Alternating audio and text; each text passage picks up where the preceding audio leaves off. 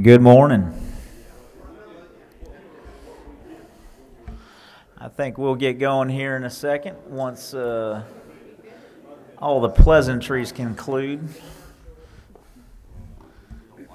this is not going to be live streamed, but they'll record it. Yeah.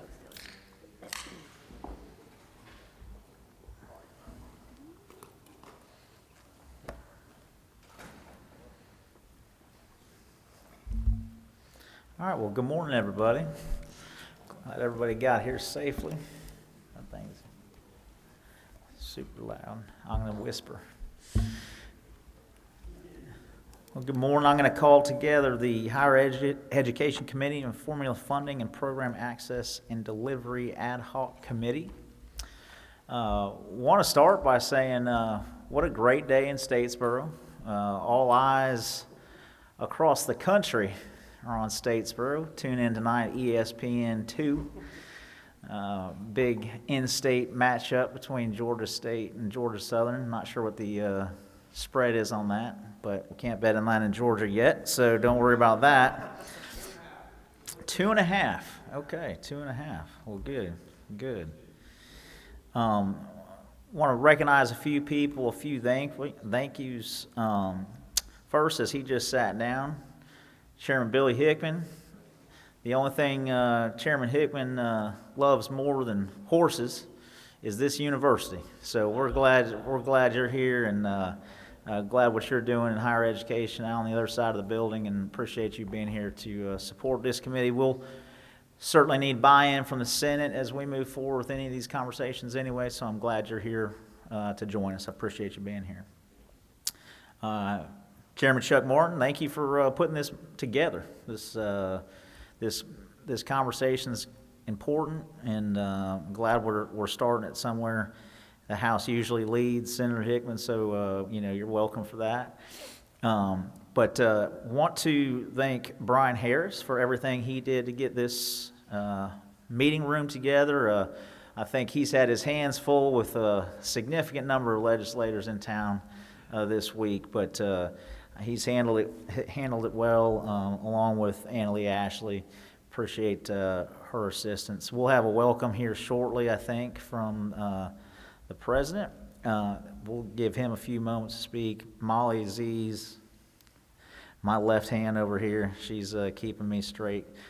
Chrissy from Ledge Council, thank you. She always tries to hide at the end of the table, and I make sure I call her out. And Justin Speck in the back of the room, thank you for all the travel you've done to put these meetings together and all the technology. So with that, I think at some point we're going to, If you don't object as chair, I mean, this is an ad hoc committee and informal, I'd invite Senator Hickman to join us at the table. I would love for him to, if you'd like to join us, please. If you'd like to do that, I mean, Senator, would you like to come join us on the, please, you're more than welcome to.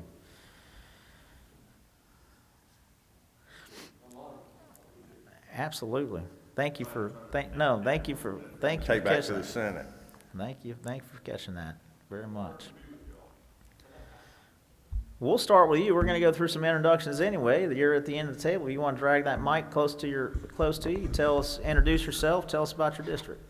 First of all, I'm Billy Hickman, local yokel, Statesboro Senate District 4. I cannot tell y'all how much we appreciate y'all being in Statesboro, and we commonly call this the borough, not Statesboro, but the borough, and I am honored to be with y'all. And we had many of y'all were with us yesterday and last night, and I just appreciate the hospitality y'all showed us, and hopefully we showed y'all the same hospitality. Thank you for allowing me to be here. Absolutely. Thank you. I'm Dale Washburn, House District 144, which is north of Bibb County, a lot of Monroe County, and a lot of Jones County. And I'm honored to be here. Senator Hickman had a great opportunity yesterday afternoon to watch one of my grandsons play in a tennis match, so we got doubly blessed to be in the borough this week. Thank you. Good morning. I'm Carter Barrett. I'm House District 24, Forsyth County up in North Atlanta, and I'm delighted to be here on this auspicious day for this great committee. Appreciate it, Carter. Thank you, Mr. Chairman. Tim Fleming, House District 114. I live in Covington, Georgia. My district represents Newton County, Morgan County, and Jasper counties east of Atlanta. Appreciate you letting me sit in on your committee this morning. Chairman Wiedauer, my name is Chuck Martin. I represent the 49th District north of Atlanta up in North Fulton County. It includes portions of the cities of Roswell, Milton, and Alpharetta. I'm glad to be here with, in the borough, as they say with you, Senator. And I'm David Knight. I represent District 134. That's parts of Spalding, Lamar, and Monroe that I shared with my colleague Dale. And again, pleasure to be down here. What a great time, a lot of meetings.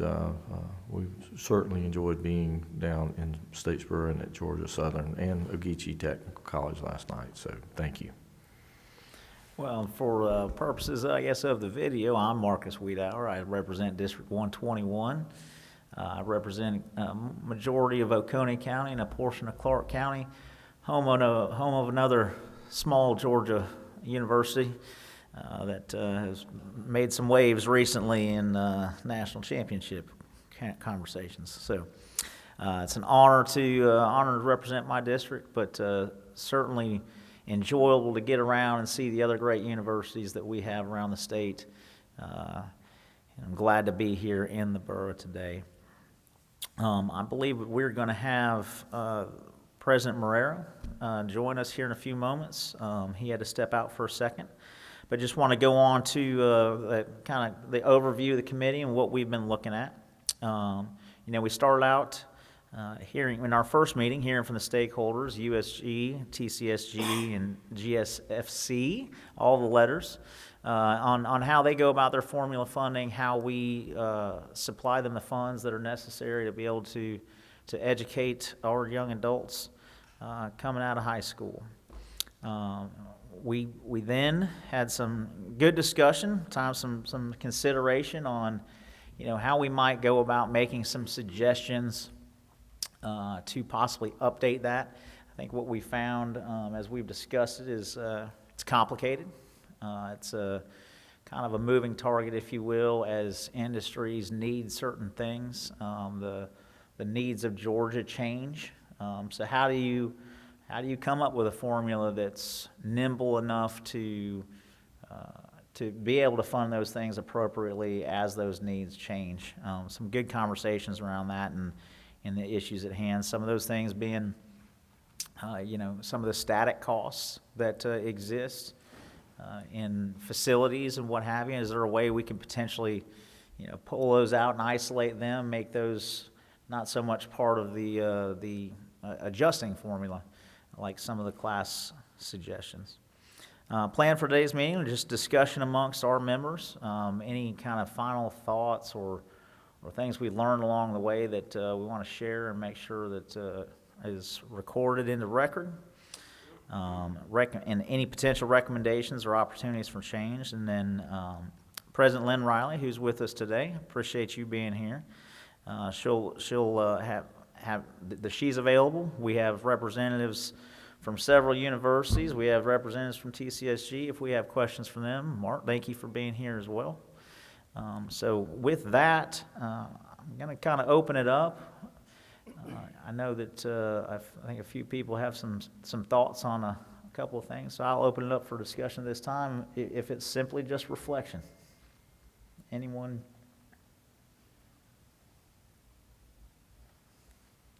Chuck?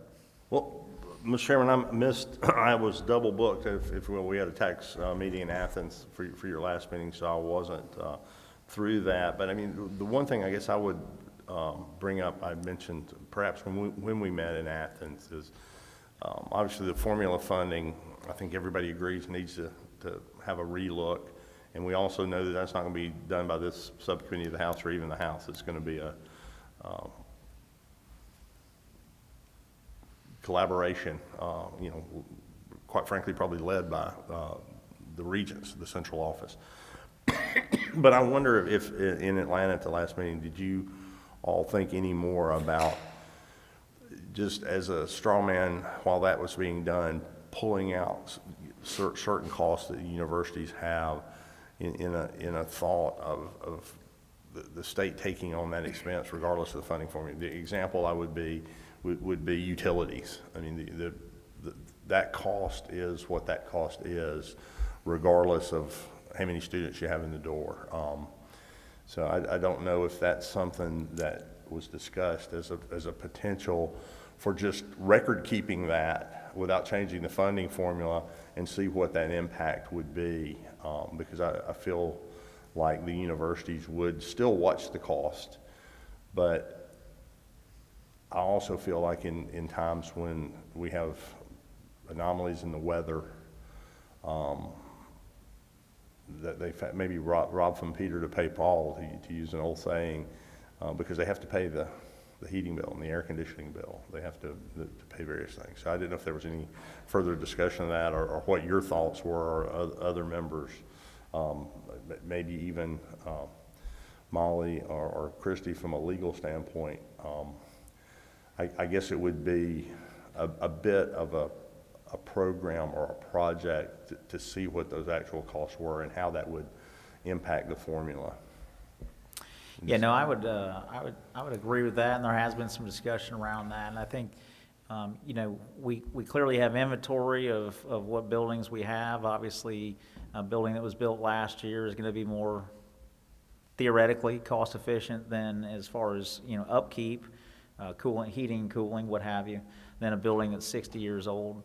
But I think that if we were to endeavor down that road and project of kind of isolating those costs, I think there is some potential to remove the variability of that from the formula and really focus on what the actual costs are to teach that student that particular subject. And I think if we were able to isolate that, we would know where our inefficiencies are, quite frankly, with some of our structures. You know, it may be some of these things, or cost-benefit analysis might be that take a building offline and get a new facility. I mean, it might be more bang for the buck at that point, depending on how old some of those buildings are, which I know they're constantly doing anyway. But if it were actually isolated and not part of the overall funding, maybe it would shed some light on those things in a different way. That's certainly a possibility. I think we've also found, I mean, it's when we're, especially, not to just hone in on TCSG, but obviously those tend to be, especially when we're, you know, #1 state to do business, 10 years running, and we keep bringing in more and more industries. You know, those are high, you know, we're competing with the private sector market for people to come in and teach those industries. When they're a hot commodity, it's hard to pull them out of that industry to be able to come teach somebody to then go into that hot commodity. So generally speaking, you're obviously looking at somebody more at the end of their career, or you know, somebody's got a lot more time on their hands than somebody that's trying to strike while the iron's hot. So that competition, I think we need to look at as well, potentially ways to incentivize, but also incentivize students to come into those industries to fill those jobs. So that's a complicated effort as well. I know you got something to say, Carter. Come on. No, actually, I don't, but I'm thrilled to be here. I'm honored to be here.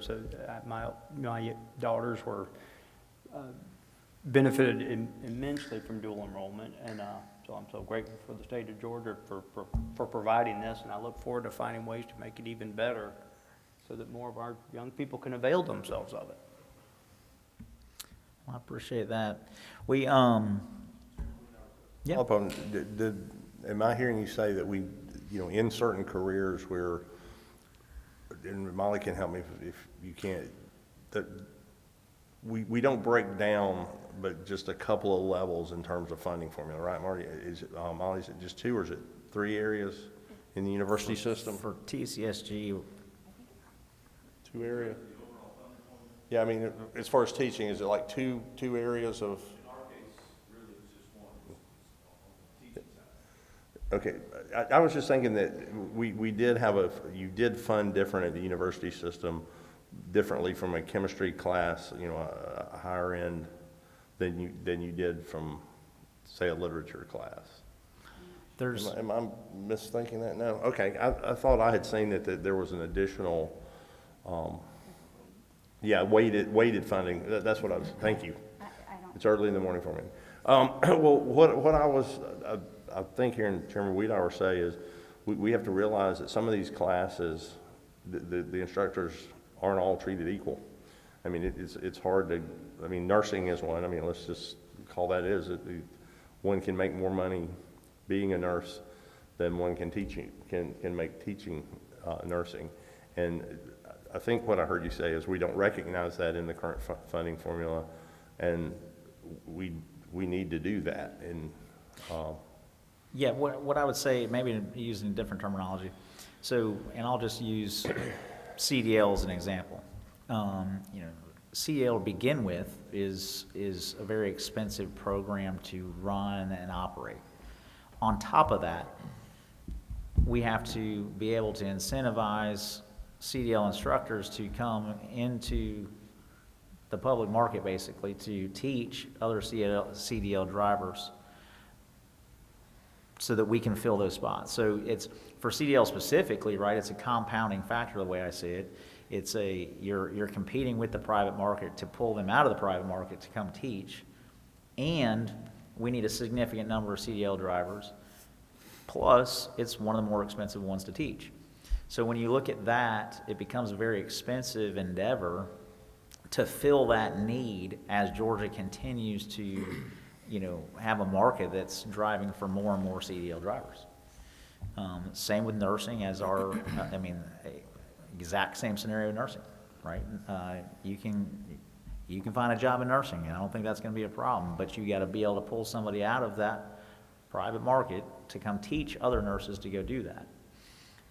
And again, a very expensive endeavor. Theoretically, if we were successful in doing so, and we start to fill all those jobs, then the heat dies off a little bit, right? And then all of a sudden, the pendulum swings back the other way, and maybe it's not as expensive anymore because you're not competing as much. So when I have thought about this process on how to, you know, maybe make suggestions in this formula, right, it becomes very, very complicated because how do you come up with a static formula or a set formula that is, again, nimble enough to change as the heat source moves? You know, we start to fill a role, then all of a sudden we don't need to necessarily be as concerned with funding something as much as we might need to right this moment. I think we need to find a way to get as many CDL drivers on the road as possible right now, and that might cost us a lot of money right now, but if we got to a point where we had 95% of those jobs filled, then all of a sudden it doesn't become as important. are you suggesting that government be nimble? You know, that would be nice. It'd be nice. Nimble would be good in this situation. Chairman Knight? This is something I brought up back during session. And first of all, I think you know, as we look at this, there are you've got to distinguish between the USG system and the technical college system. As everyone knows, the USG is governed by the Board of Regents, and constitutionally, you know, there's a separation. We appropriate money, but they have the ability within their system to allocate it, weight it, you know, so there's a lot of independence there. So I think both needs to be looked at, but differently in respect to both institutions. I want to speak to the technical college system, something I brought up in many meetings during session. It's something I wanted to look at with our technical college system. I think you make a great point, Chairman. As we see Georgia changing and we see the workforce needs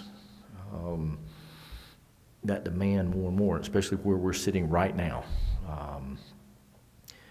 we are seeing a more and more demand that I think the technical college system is uniquely qualified to meet those educational demands for today's workforce. As you illustrated, one industry, you know, within, you know, logistics, the trucking, the long haul trucking, certain programs cost more than others. And that's something we attempted in the Appropriations Committee. We had put money in the budget. Obviously, there was some disregard language, but we looked at and asked for, I think, 3, Molly, please correct me, but I think we got information on 3 programs, the 3, highest cost programs. I think one of them was the trucking, nursing, and then aviation, right? And so we know that those programs are exponentially, a cost more than, say, an English class, right? My example's always been you can put 20, 25 people in a class with one curriculum and one teacher, it's pretty easy. But when you go to do a robotics, class that is going to meet the needs of a new plant, or an aviation class to meet the needs of, especially in this area, a Gulfstream or a Delta or wherever it is across Georgia, these programs cost exponentially more than, say, a typical education class. And I think until we understand this and have more information and data on this, we as the appropriators won't know how to address it correctly. And it's not just going to be static, it's ever going to be changing. As Georgia needs change, the workforce needs change. But we need to understand that. And I think from a technical college perspective, the formula is old, it hadn't been adjusted, okay? And I think to a lot of degree, we have boxed the technical colleges into maybe looking at filling more bodies and seats, if you will, in areas that are, quite frankly, affordable or even profitable from a point of view of the formula and the per hour and the cost to teach those classes. When I think if we look at it, Georgia's workforce development needs are perhaps in the robotics, in these skilled labor areas. And those programs are much more expensive to put on. And I think there needs to be a deeper dive within the technical college to look at this, because I don't know what the funding should be, and you talked about cost. How do we know what it should be until we understand what it's costing? Okay, and so that's I've been passionate about that for the whole session, and I continue to agree with you. There's a need to look at that, and I'm not sure we're going to get to the bottom of it until we understand what is the need and then what's the cost of putting those classes on. I agree with that, and kind of going back to something Chairman Martin said kind of at the onset of the meeting, this, as often some of these committees are, the intent is to kind of spur the dialogue, spur the conversation. We understand that this is going to take buy-in from the Senate. It's going to take buy-in from the second floor. It's going to take buy-in from the system. This is there's not a specific legislative or fix to this. This is a kind of a policy on funding. So, this is a conversation that we wanted to get started. I know that near and dear to Chairman Martin, but Senator Hickman, I know that this is something that you guys are looking at as well, but I think we look forward to kind of partnering with you guys as we move forward. And as everybody's saying, it's complicated. That's why it hadn't been fixed. That's why it hadn't been addressed. But because it's going to take a lot of homework, a lot of work to get to the point of getting something where we can maybe attempt to at least be a little more nimble. Kind of going back to, and I hate to harp on the facilities side of things, but we appropriated money this year to demolish a certain number of state property buildings because it was cheaper for us to tear them down than it was to continue to operate them. And I think that that's something that, again, if we were to pull that out and look at that, we might be able to find some efficiencies there. Chairman Knight, going back to what you just said, I also would like to really see this formula not be something that simply encourages offerings because they're more profitable, while ignoring other offerings, because they need to offset you know, if one degree is so much cheaper to operate, but they get X number of dollars for it, and the other one's really expensive to operate, they're gonna keep offering this to make money to cover that. And that's what, you know, when we get into this and really start sharpening the pencil on, that's, I'm echoing what you just said, I believe, is to really dive in on that aspect of this and not have a formula that's encouraging these degrees that really don't, I mean, I hate to say it, but really don't, they're not meeting the needs of, yeah, exactly, they're not meeting the needs of what Georgia needs currently. Can go on this, and I think we're all saying the same thing, and I don't know, we got our Mark from TCSG back there. I don't want to put anybody in a bind, but I mean, we have a 30,000 foot approach for TCSG that says we want you to educate our workforce. But correct me if I'm wrong, we judge every president, Mark, gets their budget each year, correct? They get their budget each year, and so if you put that in supermarket terms, we own a large supermarket firm, and we want to run these things, and we give you this much to pay your expenses. I mean, if you're running the supermarket, what are you going to sell? You're going to try to sell more of the high margin merchandise. You know, if that's cookies and candy, then people aren't going to be healthy at the end, right? If that's your high margin. And if you know, meat and potatoes was a lower margin but would make healthy people. And I don't want to get into the vegetarians and vegans out there if I'm showing my southern dietary problem. I definitely peg you as a meat and three guy. Using that as an analogy, we're expecting our presidents, we're asking them to, you know, run, here's your base expenses, and then we're expecting them to put on more programs that have a low margin or sometimes actually a negative margin. And it's, I mean, it's really not fair to them. I mean, this technical college, I have a hard time pronouncing it, help me out. Ogeechee Technical College, just that we passed on the way in.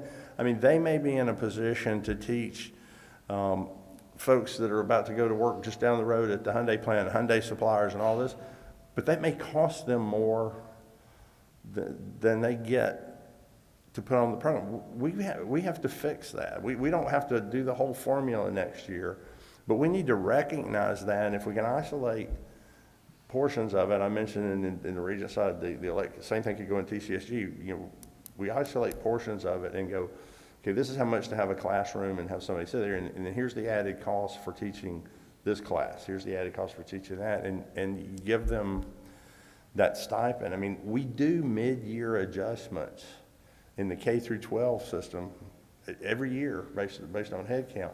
We've never done that at the post-secondary, you know, to adjust to what came in the fall. We're living in a dynamic world. I don't think our presidents will see this as just an influx of cash to, you know, do things with other than to teach folks. And so I don't have the answer of exactly what that would look like, but I think we know what the jobs would be. The governor has put a priority behind bringing these companies to Georgia, and as they come online, I think we need to put a priority in producing those skill sets, and we need to do that without ankle strapping the presidents in teaching lost leaders. And I just mean that it costs them more to teach it than the tuition they get. No, I completely agree with that, and you know, just to clarify, make sure I didn't misspeak or say something I shouldn't have. You know, I don't think any of the universities are doing this in any malice. I mean, but they have to be able to operate. So I can completely understand why, if they're trying to fill the need that is really out there, their best course of action with the current formula is to offer up profitable courses. I mean, that's what they're up against right now. And, you know, we need to come alongside of them and help fix that so that they're not put in that position. So on Monday morning, I was asked to speak to a realtors group about economic development in Georgia. And so, of course, I went to the Georgia Economic Development website and was astounded. So 10 years in a row, top state in the nation to do business. And the metrics they use to rank, to decide who is the best, Georgia's Quick Start program is one of the metrics. And Georgia's Quick Start program, which is delivered through TCSG, has educated 1.3 million workers in Georgia.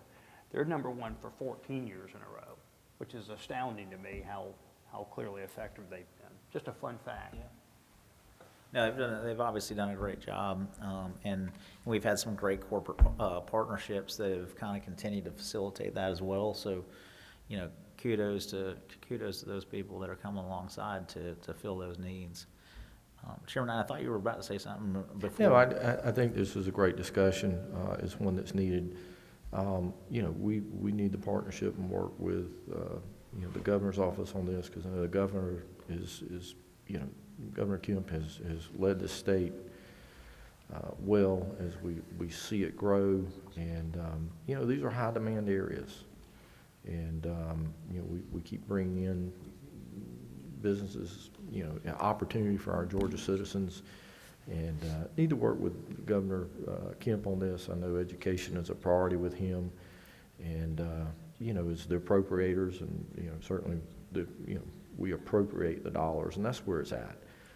But I want to make sure that we're working in conjunction with Governor Kemp, so that you know we come in and we have a solution that we get across the finish line. And certainly these high demand areas, I think that's the way to go as you look at it, as things fluctuate, what's high demand, what's not. I think we already, you know, we're starting to look down that path. There's a way to do this, and I think if we'll work hard and then, you know, make sure we're working in conjunction with, you know, Governor Kemp, we'll find the right solution.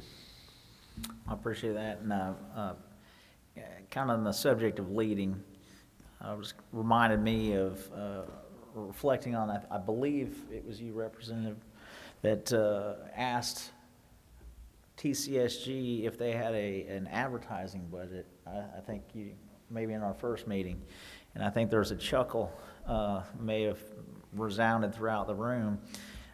You know, so seeing that being the case, and we keep talking about these high demand, you know, fields, and I'll take a moment to be a little preachy. I've gotten a little preachy about this subject matter. I'm pretty passionate about it. When we start, you know, we've start with Speaker Ralston taking on mental health issues in the state of Georgia, and I start looking at my 21, my 16 and 14-year-old kids and the stress that they get put under at school, not from us, not from their own parents, but from their peers, from social media, from this expectation of going to a great university like Georgia Southern or what have you, and somehow or another they get labeled as a failure or you know, not as successful if they were to go to become a welder, to become a electrician or HVAC. And I can tell you firsthand from being a GC, all a GC did was take all the stress, take all the liability. Every one of my subcontractors were wildly more successful and a lot happier, quite frankly. And I see that the pressure of 4 years of college. I think we need to do a better job as leaders in our own communities of talking about these jobs with honor. I think we tend to allow the communities. I live in a very affluent community who, again, if you say you're not going to, if you're saying you're not going to a top tier school, people are like, you know, you can almost see it in their faces. They kind of look down on you. And that's really unfortunate, because there are, you know, amazing jobs in this state that are honorable, incredibly paying jobs. I talk about the port all the time, and crane operators and what they make, the things that they do at the port, quite frankly, to make their jobs more comfortable and more enjoyable. But I think that starts with us as leaders in our own communities talking about these career fields, because what's the best way to fill them but to encourage the honorability of the job itself. I think that, I hope there's not a lot of history majors in the room, but, I'm not sure exactly, exactly how that goes for certain degrees that get offered up in these schools. So I think that there's also a way to kind of fill the need by encouraging students to look at all of their options, which we'll hear in a few minutes from Lynn Riley about the Georgia Match program. I think that is an incredible step towards kind of what I was just talking about. So we'll get into that in a few minutes. But I just want to, when I was reminded of your question of whether or not there's an advertising budget, I mean, I think we need to advertise. I think we need to do a better job of telling kids what their options are, especially like when you mentioned the Quick Start programs. Those are great programs as well. Well, Mr. Chairman, to follow up on that, not only traditional students, but people that are at home, I think, again, I'd highlight that I think there's a tremendous amount of human capital at home in the state by choice that may have left the workforce because they were at the end of a career, at 60 or sometime, and people are living longer.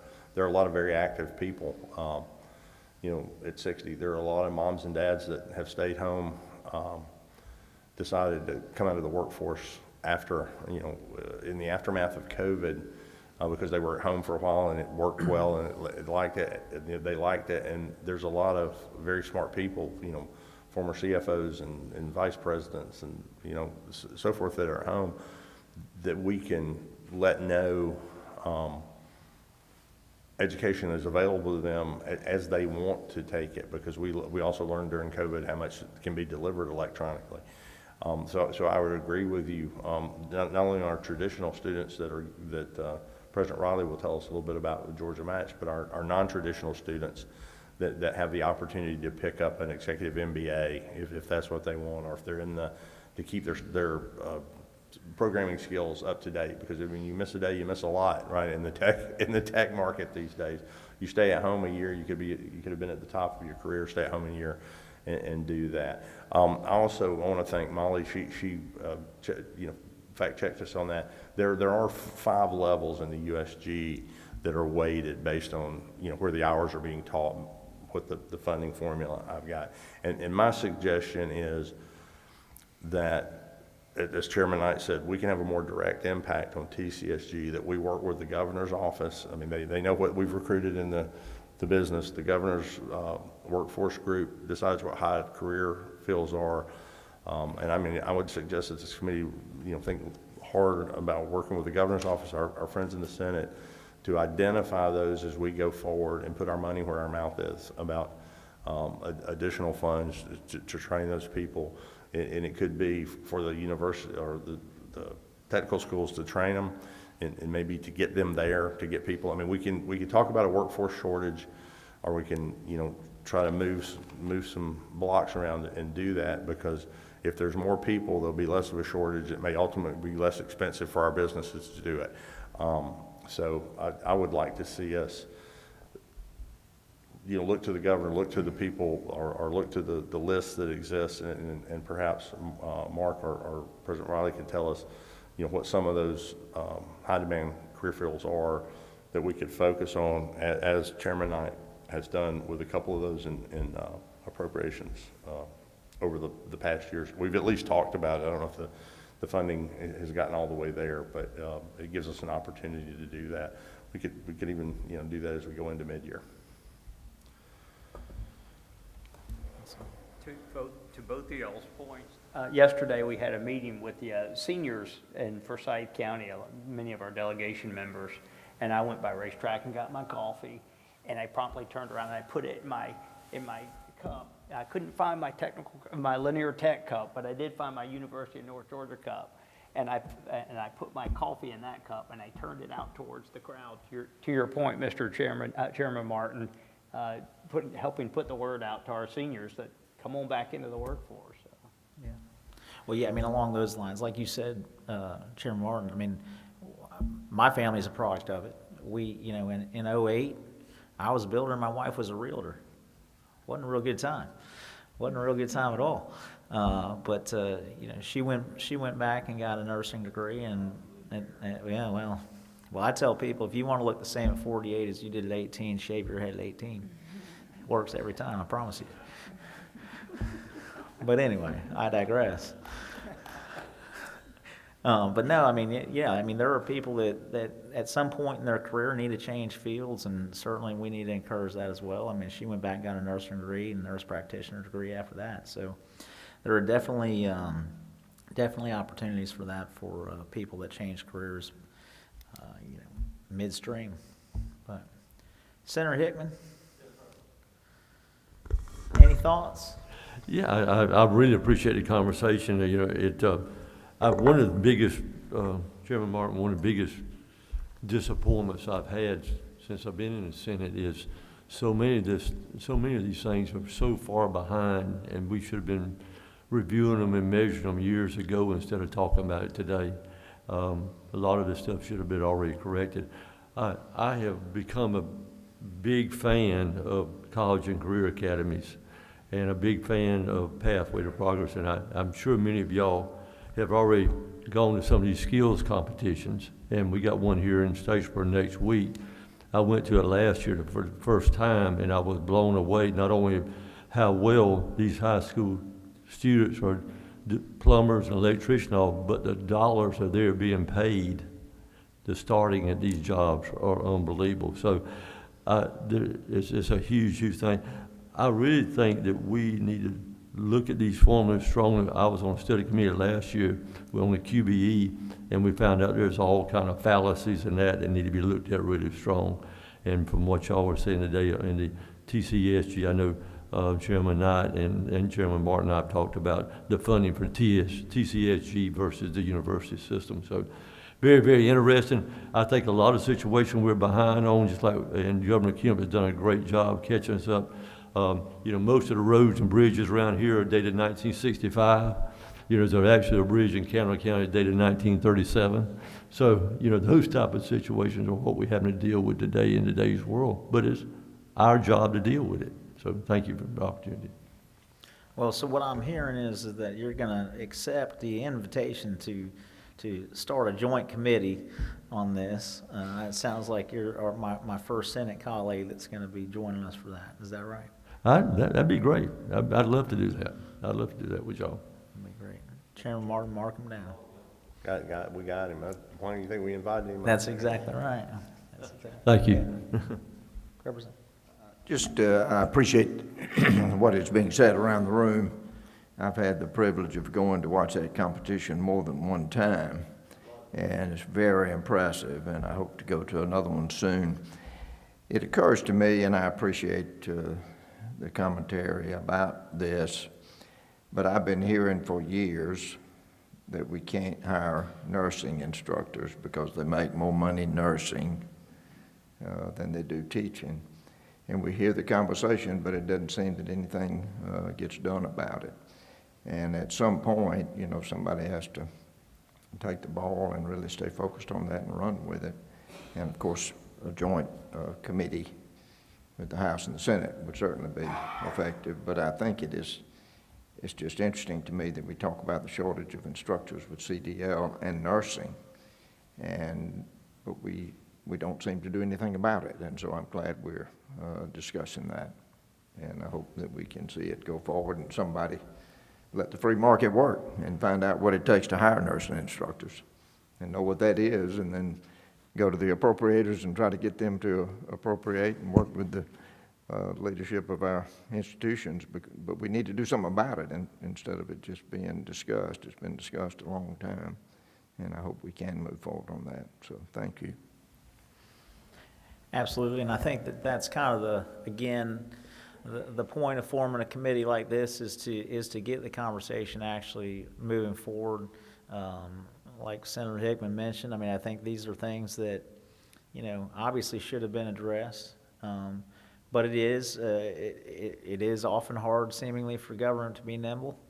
But you know, I would like to think that we're at a point in time with Georgia, and I mean, you can't go through 10 years of such economic growth and not make this a focal point. You know, we need to deal with it in education, we need to deal with it in housing, we need to deal with it in all sorts of realms that are going to continue to encourage and support the growth that we've had. And we've had great leadership having that growth. We need great leadership to support that continued growth. So I think that probably ultimately is where our committee lands, right? Is that we're going to encourage a joint committee between the Senate and the House with participation from the governor's office, from all the entities that are involved in this, so that we're not out here talking to them, but they're out here sitting at the table with us so that we can come up with some concrete solutions. I think some of the suggestions that we have been making, certainly are right steps, certainly are good conversation pieces, but I think there's a tremendous amount of homework that we need to force, quite frankly, not make it a negative word, but force some homework to be done so that we can actually make some hard decisions, because I think this is something that just continues to get kicked down the road. So I think that's ultimately what we're probably going to come down to is a recommendation for a joint committee of all those entities. So with that, any other closing thoughts I want to offer up in that accord. I would like to offer up, if anybody in the audience would like to have a final word from what they've heard over these last couple of meetings regarding the formula funding, that you're more than welcome to join us at the podium and have a few closing remarks for yourselves.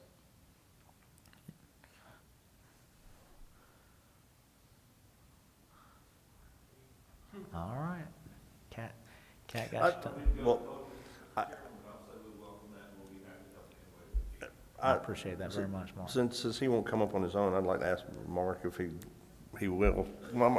I do want to ask you a question. I'm not going to put you on the spot. I think it's, and I'm not. Mr. Chairman, respectfully, I don't believe that you're not going to put me on the spot. Okay, well, And that's okay if you do. then I won't It's dance around the okay. question. I'll just go ahead and no. It's okay. I don't want to put you on the spot, with your commissioner, and certainly this is in full support of, I'll just say it for everybody here. We're not trying to go off on our own, or I'm not trying to get you to say anything outside. You're an executive branch agency. If we're talking, again, it's a policy decision, if we want to change how we fund the hours, if we want to give you all tiered hours, that's a policy decision that I'm not going to ask you to weigh in on. Yes. It'd be a good thing. What I would ask is, how hard will it be, or, across the institutions, do you think you would be able to put that together in some presentable form to undergird a policy discussion around a staged, In terms a of stage costs for funding. our various programs? Right, We already have that, Mr. Okay, Chairman. so and we've that's just what I actually- want to ask is, we We wouldn't. probably shared that data already. I think Molly and I have gone back and forth a couple times with our cost survey. We have that already. We update it on a yearly basis as best we can once the And year's that's a closed bit, out. that's a bit that's itemized. Yes, sir, it by, is. okay. Yeah, it's That's by- just, I by just didn't know if it program. was granular enough that we could really take it apart by institution. I believe it is, but we'll be happy to, we can get to that data, absolutely. I know Chairman Knight's asked me that same question in the past, and after the last meeting, we shared our latest and greatest. I think we're still updating the current year, but Okay. we're happy to do that. We can pick that apart by program, so. Okay, that's fine. I didn't want to put you on the spot in terms of, is that Just a don't good? ask me to give you all those numbers right now. 'cause my No, brain won't it wasn't. incorporate it. Just wanted to make sure we had the Yes, sir. data on which we could have a policy discussion, and Yes, that's, thank you. Thank you. Mark, I appreciate you, just for the record, you, from the back row, said that you would be more than welcome to participate in that, so I appreciate you. You've been a valuable asset to this process, and I appreciate everything that Well, we're you've very added. appreciative of the work that this body and the whole legislature has done, the funding around the CDL and the aviation and the nursing programs that you guys provided last year has been a big help. I'm certain when the commissioner comes forward, as he brings his budget forward this year and he talks about our enrollment numbers, you'll see some direct impact from some of that, because that allows us to focus on those programs, and we're super excited about where our enrollment numbers are, especially in those high-demand programs right now. And so all of that is a part of getting the right funding. I certainly understand the philosophical conversation about low-cost versus high-cost programs. I will tell you that there is a line that each of our presidents do have to balance, but they do stay focused on meeting those high-demand initiatives and high-demand programs, no matter what the financial challenge is. Every one of our programs does do that and make sure that we're doing our best to meet those needs, and certainly the help that you guys provided as a body last year has been a big help, for lack of a better way to put it there, and we'll continue to provide whatever other information y'all need to look at those things. So it does make a difference to us as we meet those numbers, and I think we're seeing some of that impact as the commissioner will come forward and talk to you about our enrollment numbers this year. So. Awesome. Thank you so much, Mark. Appreciate you being here. So with that, I don't, if there's any other closing remarks, certainly as we kind of wrap up, you know, I'm always open to any more suggestions, but we will probably end with a recommendation, obviously, of a study committee or a joint committee of the Senate and the House, again, with the governor's office as well as the university system and TCSG to sit together at a table and kind of hash this out as we move forward. I did miss one thank you. When I first walked in the room, there were several gentlemen from Georgia Southern getting us set up. Fortunately, I can't say all their names, but every one of them started with a J. So it was, they got a group of J's over here that Joseph, I think, is the one in the room, if I'm correct. That's great. We're going to ship him off. Molly's got a USB drive up here, shape of a truck, that he got really interested in. We're going to get him one of those. But we're going to pause for a brief moment. But President Marrero is about to join us. He has been in a cabinet meeting this morning. I know that he has been super excited about having us here, having all the legislature join him in the borough. So we look forward to the rest of the day, and he should be with us momentarily if you guys will pause with me.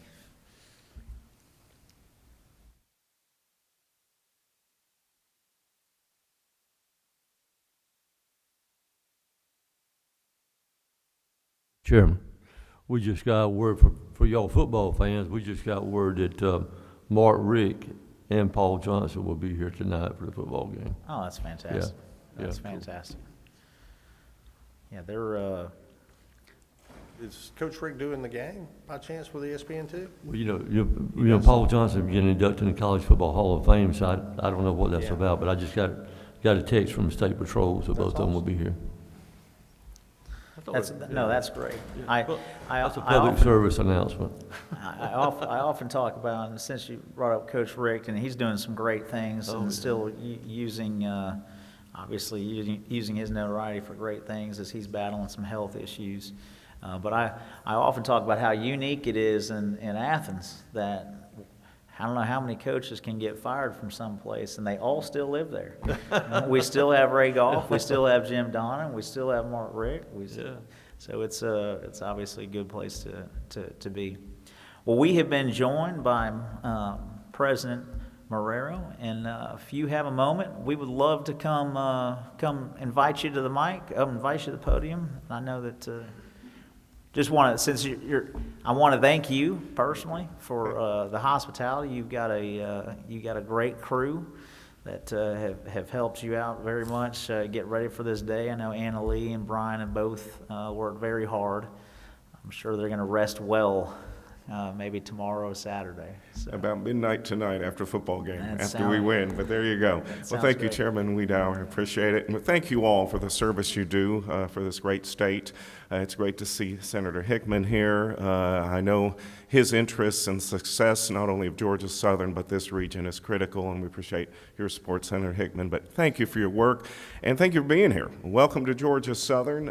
We are 3 campuses, Statesboro, Savannah, and Hinesville, 26,106 students to be exact. We're in a growth trajectory, in a growth area, as you know, in an area of the state that is projecting over the next 10 years, 20 to 30% migration and growth, and we are at the epicenter of that growth in our campuses and the programs of which we believe align. The other things that I think in terms of Georgia Southern that I want to share with you that we really hold dear to us. I've been so fortunate to be part of this institution now for 4.5 years, and what we established was really a culture of high performance, and we call it evidence-based leadership. And in that, what that means is that we have scorecards, balanced scorecards. I have a scorecard. You can go on our website, look how I've done the last 4 years. Likert scale, 3 hit the goal, 4 stretch goal, 5 bold, hairy, audacious goal, all based on data metrics, 2 needs improvement, 1 uh-oh. And we got a couple of uh-ohs in there. But we addressed them directly. Then you'll see my 90-day actions. You'll see what I'm working on every 90 days, how I'm doing in that progress. My entire cabinet leadership team has that. It's public-facing. You can go look how we're doing, how we're focusing on the efforts. We hold ourselves accountable. And in that, what we've achieved within this 4.5 years are record graduation rates in the history of the institution, record fundraising in the history of the institution, record research awards in the history of the institution, and record economic impact, annual economic impact of over $1 billion to the region. So for us, that's how we measure success and hold those precious dollars that are provided to us from the state as accountable.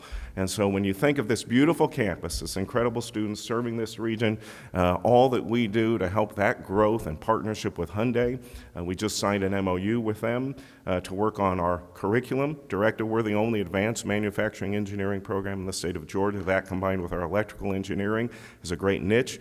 We've had 3 career fairs. They've hired over 30 of our engineering students already. So we're setting that pipeline, serving those needs of a growing region within the programs we have, and our public impact research agenda focused really on the critical needs of logistics supply chain, advanced manufacturing, holistic wellness and fitness, coastal resilience, sustainability, water usage, water availability, and then community vibrancy. So we are meeting the needs. We're proud of that, and we're proud to be partners with you and good stewards of your funds, and I couldn't be more excited to be the president of Georgia Southern during this time in its history. So thank you all for being here today. that's awesome. Well, thank you very much for your hospitality. We look forward to the rest of the day's events. I know that you guys will be a shining example for the state of Georgia tonight, regardless of what happens this evening. I'm sure there's somebody in the back of the room that would hope it would go one We way. have some Beat Georgia State buttons. Would you guys like those as you head out? We're happy to give those. One thing for Senator Hickman, I just was checking the numbers, and we have over 842 applications so far in Georgia Match.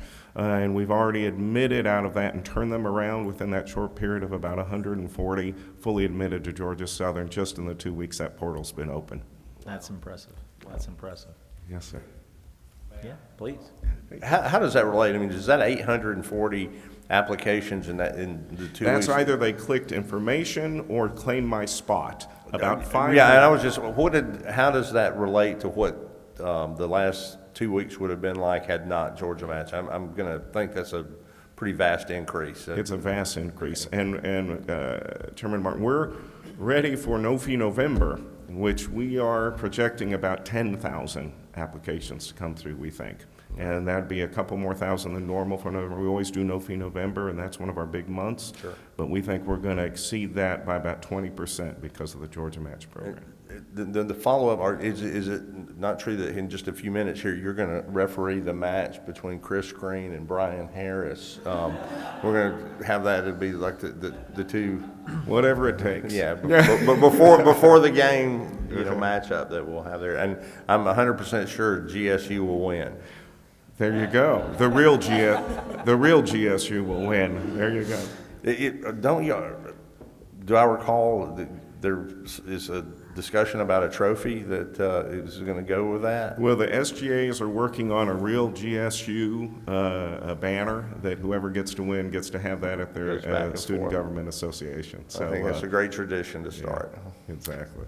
President Appreciate Moreno, it. if you don't mind me asking, since you course. brought up No Fee November, what would so what does that save a student if they apply? I'm assuming that's if they apply in November, they don't. $25. It's Yeah, 25. that's great. It's That's great, yeah. but it's just another barrier to remove. Sure, And so as we do that, that's something we've always done, at least in the last 3 years. And so I think that will really drive those. This year, all 26 USG institutions are doing No Fee November for this. Well, I should say except for UGA, Georgia Tech, and Georgia College and State University, which have different application processes.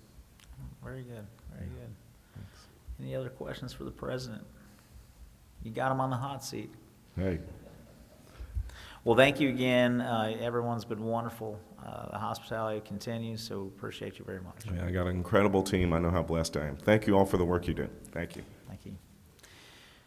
So at this time, we're gonna take a quick break before we welcome President Riley back to talk about the Georgia match. I think we're gonna wait for a few more members that would probably be attending the next committee meeting. We don't want them to miss out on that presentation. So at this time, we will adjourn and take a few moments, and we'll get going again here shortly.